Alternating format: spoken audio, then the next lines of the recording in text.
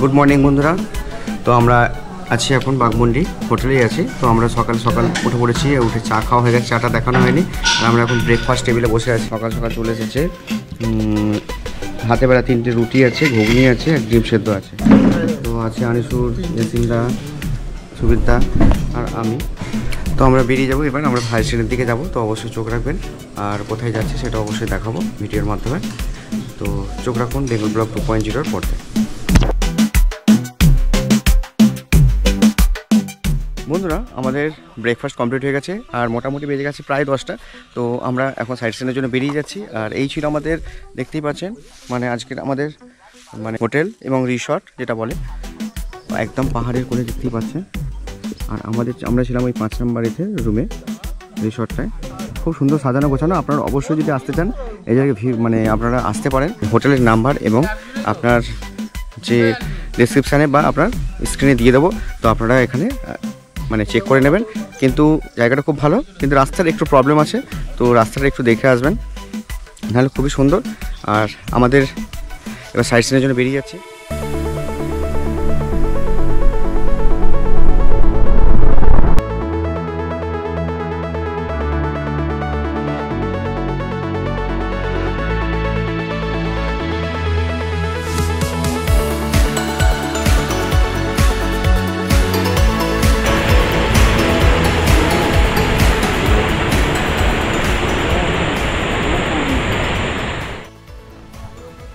দেখুন, এটা অযোধ্যা সার্কিট। আর এটা হচ্ছে লেকটা হচ্ছে আপনার মানে লোয়ার ড্যাম, ওপরে একটা ড্যাম আছে, আমরা ওখানে যাব মানে আপার ড্যামে। তো আপার ড্যাম থেকে এখানে জল কিছুটা আপনার এখানে রাখে, আবার এখান থেকে যখন প্রয়োজন পড়ে আবার এখান থেকে তুলে নেয়।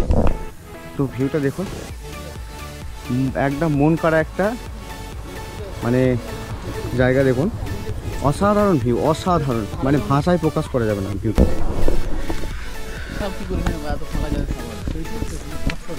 দেখুন জাস্ট ভিউটা। বন্ধুরা, আমরা তো লহরিয়া ড্যাম ওপর থেকে দেখছিলাম, তো আমরা এখন নিচে নেমেছি। আর এখানে দেখতে পাচ্ছেন গাড়ি পার্কিংয়ের ব্যবস্থা আছে। আর কলকাতার দিক থেকে যেসব ট্রাভেলাররা আসেন বাসে করে, তো সব এখানে আপনার পার্কিংগুলো হয়। এখানে যত সব আসে সবই পার্কিং এখানে হয়। আর এই জায়গাটা একটা মার্কেট মতো আছে, দেখতে পাচ্ছেন। আর মাটির ভাড়ি স্পেশাল চা 10 টাকা, কফি 20 টাকা, লিকার চা 7 টাকা, এইসব আছে। তো আমরা একটু লহরিয়া ড্যামটা দেখবো আর লহরিয়া মন্দিরটা দেখবো। তো আমরাও দেখবো এবং আপনাদেরও দেখাবো। আর এখানে দেখতে পাচ্ছেন কেনাকাটার জন্য, বাড়ির জন্য কিছু কেনাকাটা করতে পারেন। এখানে সব মানে মার্কেট আছে, তো বাড়িতে নিয়ে যাওয়ার জন্য এখানে কেনাকাটা করতে পারেন অবশ্যই, কিন্তু আমরা কেনাকাটা করবো না। দেখতে পাচ্ছেন এটা হচ্ছে সেই লহরিয়া মন্দির যেটা আমরা উপরে ভিউ থেকে দেখছিলাম। তো দেখুন, এই সেই মন্দির। আর মন্দির চত্বরে দেখুন এইরকম পরিবেশ একটা আছে, ওখানে একটা পাঁকুয়া আছে। আর এই হচ্ছে তার ভিতরে এটা। আর আমরা এখন বেরিয়ে যাচ্ছি লহরিয়া মন্দির দেখার পর, আমরা বেরিয়ে যাচ্ছি লেকের দিকে। তো লেক সাইডে যাচ্ছি। আর বেশি সময় নষ্ট করবো না, কেন এরপর অনেকগুলো ভিউ আছে, সেগুলো দেখানোর জন্য চেষ্টা করব। তো শর্টকাট দেখিয়ে দিলাম এই লহরিয়া মন্দির। আর এবার আমরা লহরিয়া ড্যামের দিকে যাচ্ছি। তো বন্ধুরা দেখুন, আমরা এই লহরিয়া ড্যামে এসে গেছি। আর এই সেই লহরিয়া ড্যাম যেখানে স্নান করছে। আর এই সেই ড্যাম, আর ওটা হচ্ছে অযোধ্যা সার্কিট। আর এই যে এটার নামই হচ্ছে আপনার লহরিয়া ড্যাম, দেখুন। আর ওরই ঠিক পেছনে মানে লোয়ার ড্যাম, ওই যে আপনারা দেখতে পাচ্ছেন বাঁধাই করানো আছে, ওটা বানানো। আর ওরই পেছন সাইডে আছে আপনার লোয়ার ড্যাম। আর ওটা দেখালাম আপনার লহরিয়া মন্দির। তো দারুণ ভিউ, খুবই ভালো লাগছে। আর কলকাতা থেকে এত কাছে 320 কিলোমিটার দূরত্বে পুরুলিয়া, অবশ্যই আসুন আর ঘুরে যান। 1 দিন 2 দিন সময় কাটানোর জন্য অবশ্যই বেস্ট জায়গা। আর এখন সামনেই শীতের মানে আবহাওয়া, শীতের ভাইবস। তো আমরা ঘুরতে ভালোবাসি, তো সেহেতু 1 দিন 2 দিনের প্রোগ্রাম করে এখানে আসতেই পারেন। আর এটা আমরা দেখিয়ে দিলাম লহরিয়া ড্যাম। তো আর লহরিয়া ড্যাম এটা, আর আপনাকে দেখালাম লহরিয়া মন্দির। তো এরপর আমরা একটা ফলসে যাব। তো সেই চোখ রাখুন, কোন ফলসে যাচ্ছি সেটা আপনারা বলুন, আর কোন ফলসে যাচ্ছি সেটা আপনারা কমেন্ট করে জানান। কলকাতা থেকে বা বিভিন্ন জায়গা থেকে যারা বাসে করে আসেন বা মানে এখানে আপনার ফিশ করার জন্য, তো বাস রাখার জন্য এই জায়গাগুলো এখানে বাস রাখা হয়। তো দেখতে পাচ্ছেন। আর এখানে আপনার মহিলা শৌচালয় এবং পুরুষ শৌচালয়, স্নানাগার সবই আছে। আর এইগুলো আপনার ট্রাভেল জায়গা। আর এখানে আপনার বাস যেগুলো আসে সব বিদেশ মানে বাইরে থেকে সব কলকাতা থেকে বাস নিয়ে আসে, তো সব এই চত্বরে বাসগুলো রাখা হয়। তো এই হচ্ছে এখানে ইনফরমেশন দিলাম। তো আমরা এখন যাচ্ছি আপনার একটা ফলসে যাব। তো কোন ফলসে যাব সেটা অবশ্যই কমেন্ট করে জানান বন্ধুরা। তো আমি এখন চলে এসেছি তুর্গা জলপ্রপাত বা তুর্গা ফলস, দেখতেই পাচ্ছেন। তো আমাদের গাড়ি পার্কিং ওখানটায় রেখেছি। আর তো চলুন আমরা নিচে নামবো। তো দুর্গা ফলস আমরা দেখে আবার নেক্সট পরে যেতে যাব। তো দুর্গা ফলসটা আমরা আগে দেখে নিই। আর ওখানে লেবু, পাহাড়ি শরবত, বিভিন্ন রকম জিনিস বিক্রি হচ্ছে। তো এখন আমরা খাবো না, তো শীত মানে আমরা ঝর্ণা দেখে আসার পর হয়তো খাবো। তো চলুন, আর খুব সাবধানে নামতে হবে যেটা দেখতে পাচ্ছি।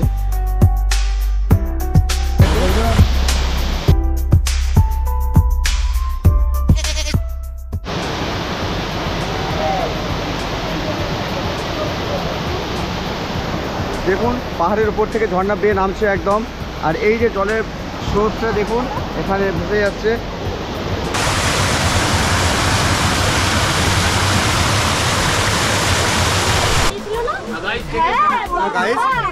দুর্গা ফলস থেকে ওঠা নামার সময় খুব একটা কঠিন ছিল না, কিন্তু ওঠার সময় অনেকটা হাঁপিয়ে গেছি।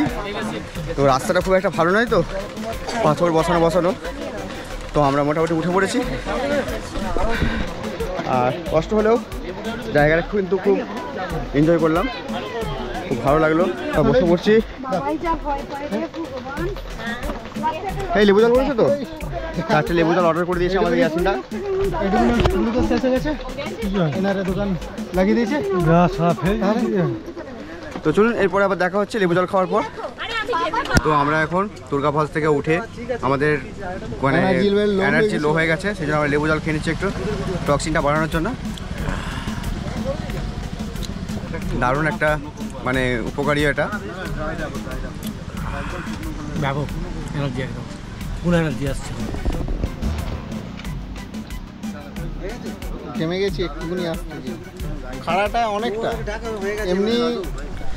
সবিতার বান্ধবী চলে গেল। তো চলুন আমরা উঠে পড়ি। আর এখানে দেখতে পাচ্ছেন সব ছাগলের মানে দলবল সব নিয়ে বেরিয়ে পড়েছে, চাষ করছেন এখানে। তো আমরা গাড়িতে উঠে পড়ছি, দাদা রেডি গাড়ি স্টার্ট করার জন্য। তো আচ্ছা 10 টাকা খুচরো, হ্যাঁ যদি থাকে কারোর কাছে দিয়ে দাও। আচ্ছা এরপর আমরা যাচ্ছি কোথায়? তুর্গা বামনি ফলস। ওকে, বামনি ফলসে কিছু রেস্ট্রিকশন আছে, তো এখানে দেখে নিই।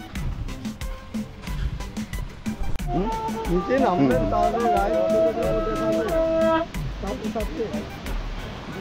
না, মাত্র 50 টাকা লাগবে।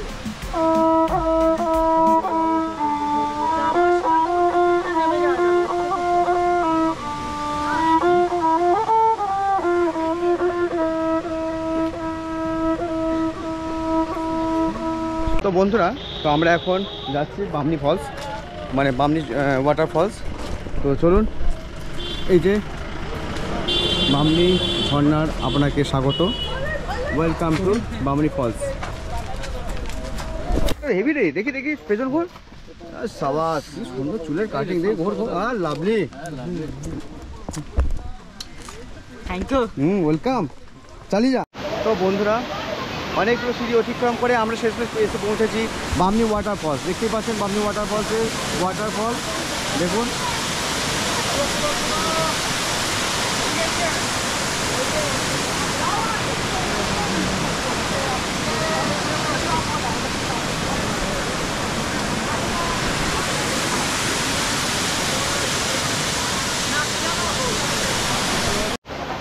বন্ধুরা, আমাদের বামনি ফলস মোটামুটি দেখা কমপ্লিট হয়ে গেল।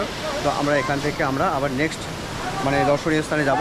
তো দেখুন এই যে বামনি ফলসের ওয়াটারফল দেখুন, মানে খুবই সুন্দর। আমরা উঠেছিলাম ওইখানটা। আর তো চলুন, নেমে তো পড়েছি অনেক সহজে, এবার উঠতে গেলে অনেকটা কষ্ট হবে।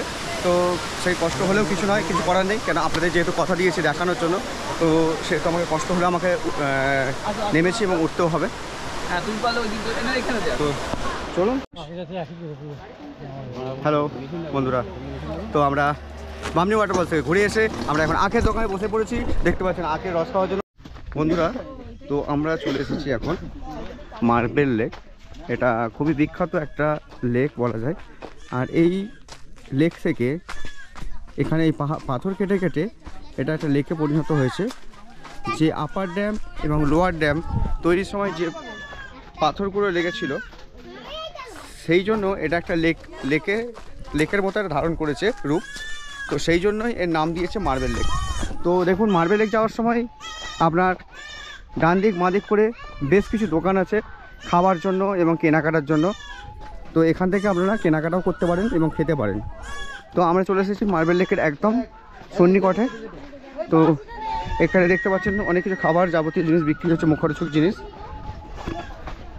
তো দেখুন পাথরগুলো কেমন পাহাড় থেকে কেটে কেটে এখান থেকে নিয়ে যাওয়া হয়েছে।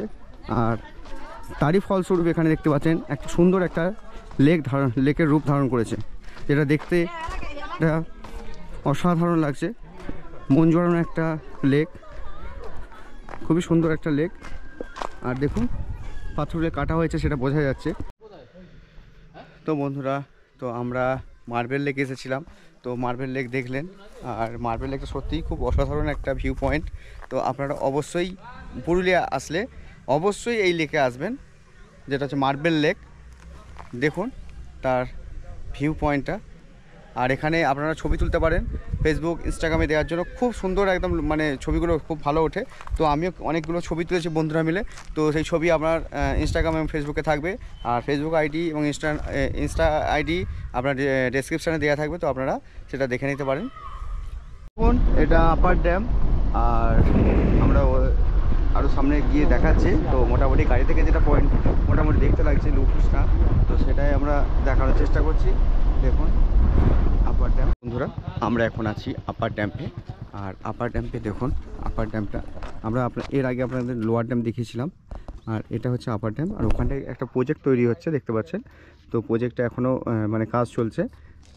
আর ড্যামটা দেখুন, এখান থেকে আপনার মানে জলকে আটকে রেখে এখান থেকে জল মানে লোয়ার ড্যাম থেকে আনানো হচ্ছে এবং আপার ড্যাম থেকে লোয়ার ড্যামে পাঠানো হচ্ছে। এইভাবে মানে জল সরবরাহ করে রেখে এটাকে বিদ্যুৎ তৈরির কাজে লাগানো হচ্ছে। আর ঠিক দেখুন এই আপার ড্যাম্পের ঠিক উল্টো দিকে দেখুন, জাস্ট এদিকটায় ভিউ পয়েন্টটা দেখুন, সবুজ ঘাস গাছ একদম দেখুন, শাল সেগুন মহুয়া গাছ ভর্তি এখানে। জাস্ট ভিউটা সত্যি অসাধারণ লাগছে, দারুণ লাগছে। তো বন্ধুরা আমরা আপার ড্যাম ঘোরার পর মানে সাইট করার পর এখন বাজে দেখতে পাচ্ছেন প্রায় 3:25 সরি। আর আমাদের এখনও পেটে মানে খাবার পড়েনি, তো আমরা লাঞ্চ করিনি। তো সেই জন্য আমরা এই হোটেলে চলে এসেছি। দেখতে পাচ্ছেন অযোধ্যা হিলটপে একটা হোটেল আছে, খাবার হোটেল। তো এই হোটেলে আমরা খাওয়া দাওয়া করব। তো খুবই খিদে পাচ্ছে। তো তারপর আমরা যাব পাখি পাহাড় যাব, বা আমরা সীতাকুণ্ড যাব, এইসবগুলো আমরা এখনও কিছু বাকি আছে, তো সেইগুলো যাব। তার আগে আমরা একটু খাওয়া দাওয়া করে নিই। আর এটা হচ্ছে সীতাকুণ্ডর যে গল্পটা যে আছে সেটা কি সেটা আপনাদের জানাবো। তো দেখুন বিভিন্ন মানে চারিদিকে মানে আপার ড্যাম্প আছে, আর এটা একটু লো ল্যান্ড। তো লো ল্যান্ড হওয়ার ফলে এটা যেটা মানে যে গল্পটা এখানে বলা হয় সেটা সত্যি কি আমরা জানি না। তবু ব্যাপারটা হচ্ছে রাম যখন অযোধ্যায় এসেছিল সীতাকে নিয়ে, তো তখন মানে সীতা এখানে দেখুন জলটা হচ্ছে, পুকুরের জল নয়, এটা পুকুরের জল নয় মশাই, এটা দেখুন এটা দীর্ঘ মানে বহু পুরনো বছর, মানে বহু যুগ ধরে এইভাবে এটা হয়ে যাচ্ছে। আর এর যে গল্পটা আছে, তো আমি বাবুর কাছ থেকে একটু শুনে নিই গল্পর আসল রহস্য। রামচন্দ্র 14 বছর বনবাসে ছিলেন অযোধ্যা পাহাড়ে। 14 বছর বনবাস থাকার অযোধ্যা পাহাড়ে ছিলেন রাম লক্ষ্মণ সীতা দেবী। সেখানে জঙ্গলের মধ্যে আম পাকা খেয়েছিলেন, পিয়াল পাকা, ভেলা পাকা। সীতাকে নিয়েছিলেন তো? সীতাকে নিয়েছিলেন। সেখানে বনবাসে এসেছিলেন, জঙ্গলের মধ্যে ছিলেন। সেখানে আম পাকা খেয়েছিলেন, ভেলা পাকা, কেন পাকা, পিয়াল পাকা।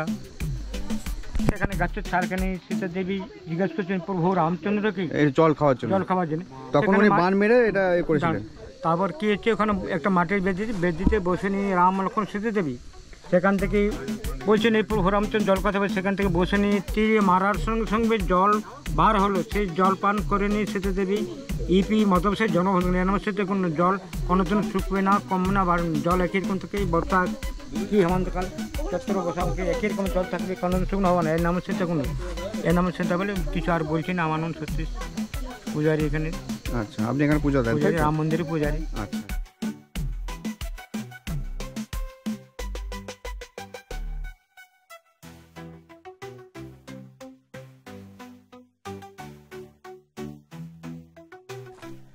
তো বন্ধুরা, তো আমরা সুসাইড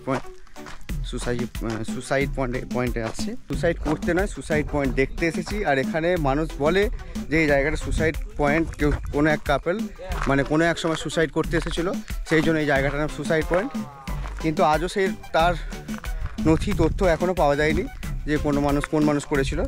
তো ব্যাপারটা হচ্ছে একটা উঁচু একটা টিলা বা পাহাড়ের ওপর থেকে কেউ সুসাইড করেছিল, সেই জন্য এটাকে আনুমানিকভাবে বলা হয় সুসাইড পয়েন্ট। তো জায়গাটা কিন্তু অনেকটাই সুন্দর। আর তো কি বলছিস বল, কে সুসাইড করেছিল এখানে, বল নাম বল। হ্যাঁ, কেউ না, বল তাহলে কে বলেছে এটা সুসাইড পয়েন্ট? হ্যাঁ, টুরিস্টরা বলেছে, ওর দোষ নেই। টুরিস্টরা বলেছে এটা সুসাইড পয়েন্ট, সেই জন্য ও সবাই সুসাইড মানে পয়েন্ট বলেই বলে। তো জায়গাটা দেখুন, মারাত্মক লেভেলের একটা জায়গা, মানে একটা অসাধারণ জায়গা। আর এটা একটু আমরা যদি দিন আসতাম অনেকটা ভালো হতো, কেন একটু সন্ধে হয়ে গেছে, সেই জন্য অতটা মানে লাগছে না। কিন্তু আমাদের চোখে অনেকটা সুন্দর লাগছে, কিন্তু আপনাদের সেইভাবে দেখাতে পারছি না। মানে মন ভরে যাওয়ার মতো অনেকটা লং রাস্তা, অনেকটা লং মানে জার্নি করে আসা হলো, কিন্তু এই জায়গাটায় আসার পর মানে একটা আলাদা ফিল হলো, আলাদা একটা অনুভূতি, আলাদা একটা লেভেল, জাস্ট ওয়া। তো ততক্ষণ দেখতে থাকুন বেঙ্গল ব্লগ 2.0, আর সাথে থাকুন। আর যারা নতুন আছে এই চ্যানেলে, তার চ্যানেলটিকে সাবস্ক্রাইব করে রাখুন।